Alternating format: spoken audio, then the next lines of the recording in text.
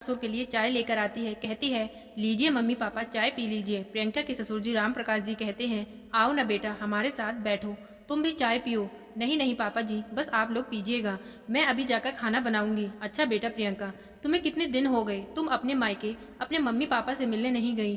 तुम्हें अपने मायके वालों की याद नहीं आती क्या? याद तो आती है पापा जी, लेकिन यहाँ भी पूरे दिन काम में बिजी रहती हूँ, इसलिए कुछ पता ही नहीं चलता। और फिर मम्मी जी की तबीयत भी ठीक नहीं रहती, तो सोचती हूँ अगर मैं एक दिन के लिए चली जाऊंगी तो फिर घर के काम कैसे होंगे, बस यही सोचकर नहीं जाती।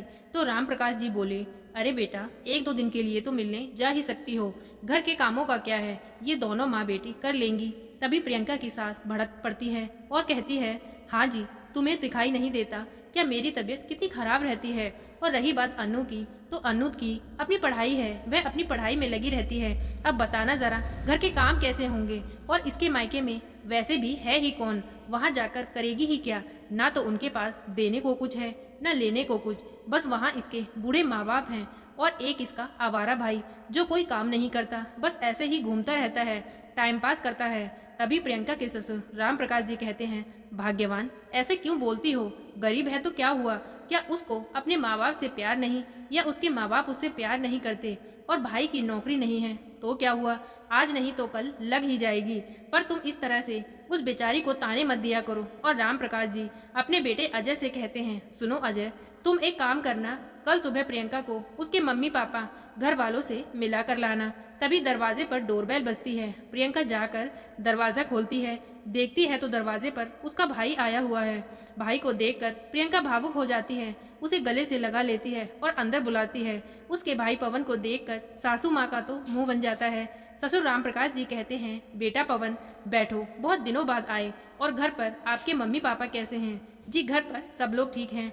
वे बोले, मैं आज ही अजय से कह रहा था कि कल प्रियंका को ले जाकर अपने मम्मी पापा से मिला लाना। बेटा अब तुम जाओगे तो अपनी बहन को भी एक दो दिन के लिए अपने साथ ले जाना, ये बेचारी भी अपने मायके में रह आएगी तो इसका भी मन सही हो जाएगा। उसका भाई कहता है, ठीक है। तभी सास कहती है, हाँ हाँ, वैसे भी यहाँ तो बेचारी काम से बहुत परेशान हो गई है, इतना काम जो है, ले जाना इसको, हम जैसे भी होगा मैनेज कर लेंगे। तभी ससुर जी सासू माँ को आंख दिखाते हुए कहते हैं, चुप भी रहा करो, जब भी बोलती हो हमेशा कड़वा ही बोलती हो, देखा तो करो कि सामने कौन बैठा है।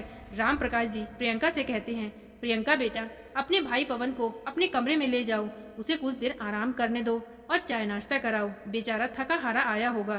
प्रियंका अपने भाई को कमरे में ले जाती है। तभी उसकी बेटी अनु लॉबी में अपने मम्मी पापा के पास आती है। सासू माँ बेटी अनु से कहती हैं, सुन अनु, एक काम कर, देखना जरा इसके कमरे पर नजर रखना, जरूर ये अपनी बहन से कुछ पैसे मांगने आया होगा, वैसे भी ये लालची भिखारी भूखे हैं, जब भी पैसों की कमी पड़ जाती है तभी बहन से मिलने आ जाता है। अनु कहती है, ठीक है मम्मी, मैं अभी जाकर देखती हूँ क्या चल रहा है दोनों बहन भाई के बीच, जरूर हमारी चुगली ही कर रहे होंगे दोनों। और वह उसके दरवाजे पर कान लगाए रहती है। प्रियंका अपने भाई पवन से कह रही थी, भाई तू यहाँ क्यों आया है? तू नहीं जानता मेरी सासू माँ तुझे बिल्कुल भी पसंद नहीं करती, तुझे घर में मम्मी पापा को लेकर, हमारी गरीबी को लेकर हमेशा ताने मारती रहती है। तो भाई कहता है, अरे बहन, मैं नौकरी के सिलसिले में यहीं पास में आया था, सोचा तेरे घर के पास आया हूँ तो क्यों ना तुझसे मिलता चलूं, तेरी राजी खुशी लेता चलूं, बस यही सोचकर तुझसे मिलने चला आया, मुझे क्या पता था कि यहाँ आकर मुझे सब कुछ सुनना पड़ेगा। प्रियंका कहती है, भाई तू बैठ, मैं तेरे लिए खाना बना कर लाती हूँ। पवन कहता है, नहीं बहन, अभी खाने की जरूरत नहीं, तेरी सास के तानों से ही मेरा पेट भर गया, सच में मेरा बिल्कुल भी खाने का मन नहीं है, मैं बस चलता हूँ, घर के लिए मुझे देर हो रही है। और हाँ, तू चिंता मत कर बहन, जो दिन निकल रहे हैं बस वही हैं, एक बार मेरी नौकरी लग जाए फिर सब कुछ ठीक हो जाएगा, फिर हमारा भी अच्छा घर होगा। और कोई बात नहीं, सास अभी ताने देती है तो देने दो, एक दिन हमारा भी समय आएगा। अनु ये सब बातें सुन लेती है और लॉबी में आकर अपनी माँ को बताती है, कहती है, माँ पता है आप बिल्कुल सही कह रही थी, दोनों बहन भाई आपकी ही बुराई कर रहे थे। सासू माँ और भड़क जाती है, कहती है, मैं तो पहले से ही जानती थी कि ये दोनों कैसे हैं, एक तो फ्री में इसकी बहन को इतना अच्छा घर मिल गया, यहाँ भी इसे चैन की रोटी हजम नहीं होती, हमारे ही घर का खाती है और हमारी ही बुराई करती है।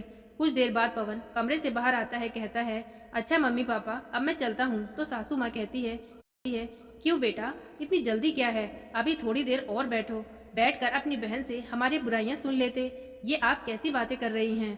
पवन ने कहा, माँ जी, आपकी बुराई हम क्यों करेंगे? तो वह कहती है, मुझे सब पता है, दोनों बहन भाई क्या बातें करते हो। तभी रामप्रकाश जी कहते हैं, ये क्या बकवास कर रही हो तुम? पता भी है क्या बोल रही हो? और वे उसे चुप कराते हैं। इधर पवन बेचारा शर्मिंदा हो जाता है और अपने घर जाने लगता है। तभी सासू माँ फिर टोकती है, अरे बेटा, तुम्हारा बैग तो बड़ा अच्छा लग रहा है, जरा दिखाना तो कैसा है। बिल्कुल ऐसा ही बैग मेरे पास है। और वह बैग देखने के बहाने पवन के हाथों से उस बैग को ले लेती हैं और बैग के अंदर नजर डालकर देखने लगती हैं कि बैग में क्या है। बैग की तलाशी करके वापस बैग पवन को पकड़ा देती हैं। कहती हैं, लो बेटा, बैग अच्छा है। तभी रामप्रकाश जी उन्हें टोकते हुए कहते हैं, हो गई तसल्ली तुम्हें? आखिरकार तुम अपनी हरकतों से बाज नहीं आई ना? तुम्हें इसके बैग की तलाशी लेनी थी ना? ले ली तलाशी। बताओ कितना कैश है इसके बैग में और क्या क्या दिया है प्रियंका ने अपने भाई को। हम भी तो सुने जरा। तो सासू माँ सिर झुकाए चुपचाप खड़ी रहती हैं।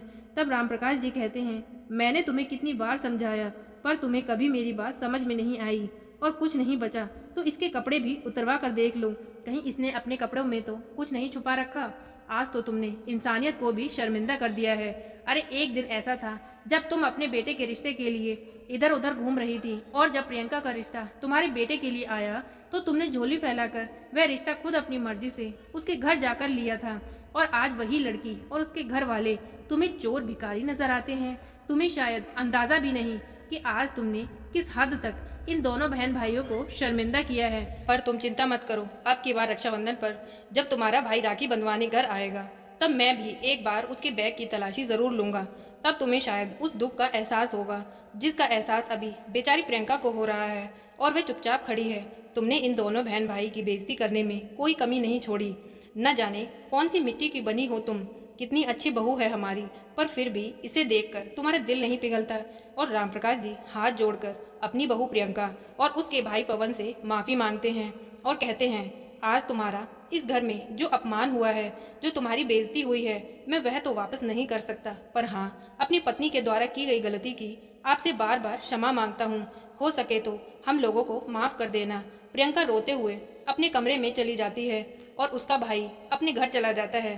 राम प्रकाश जी भी अपनी पत्नी के द्वारा की गई गलती के लिए खुद को दोषी ठहराते हैं।